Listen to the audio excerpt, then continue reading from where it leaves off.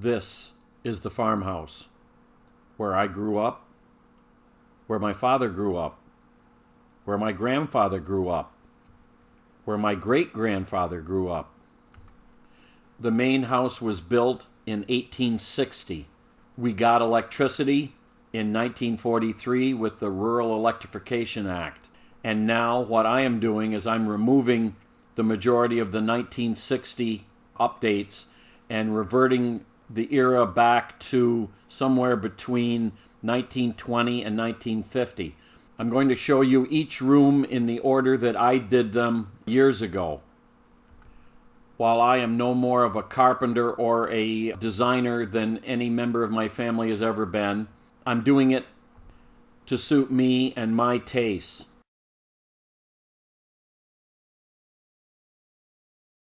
When the bathroom was installed in our house, it originally had a swing-out door, but that meant that it swung out into the living room. Then in the 60s, when the bathroom was redone, the door was converted to swing in. But because the bathroom is not all that big, it took up a big section of the room. So one of the things that I wanted to do was maximize the room inside the bathroom. We can't have an outswing, we can't have an inswing. What's left is a sliding door. Now, I'm not going to do a pocket door.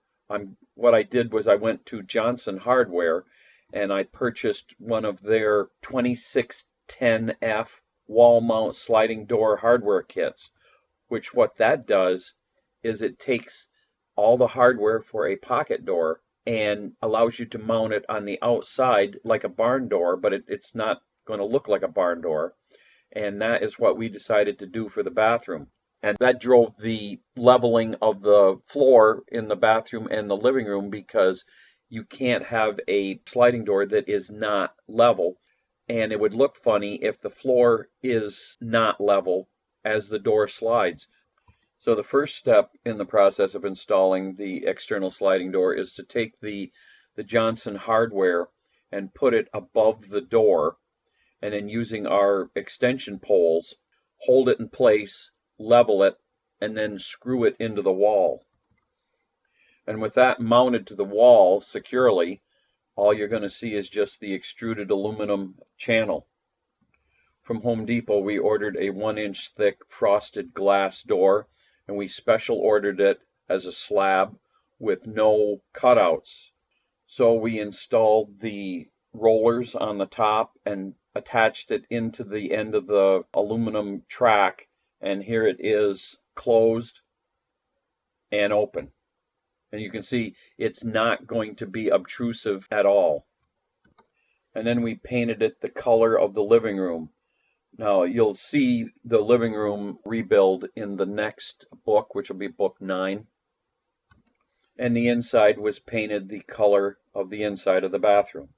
But soon after installing it, we quickly realized that we needed the Johnson Hardware 1062 soft close open and close kit, because the roller bearings are so smooth it would bang and bounce. So we retrofitted the soft close kit.